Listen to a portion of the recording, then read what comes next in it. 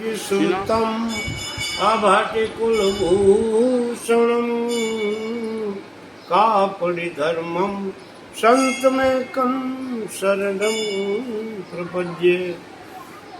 આ દેશના નામી અનામી યુગો યુગના સંતો મહંતોની યાદી કરીએ ને તો આપણું જીવતર કદાચ શામજીભાઈ ટૂંકું પડે. 100%.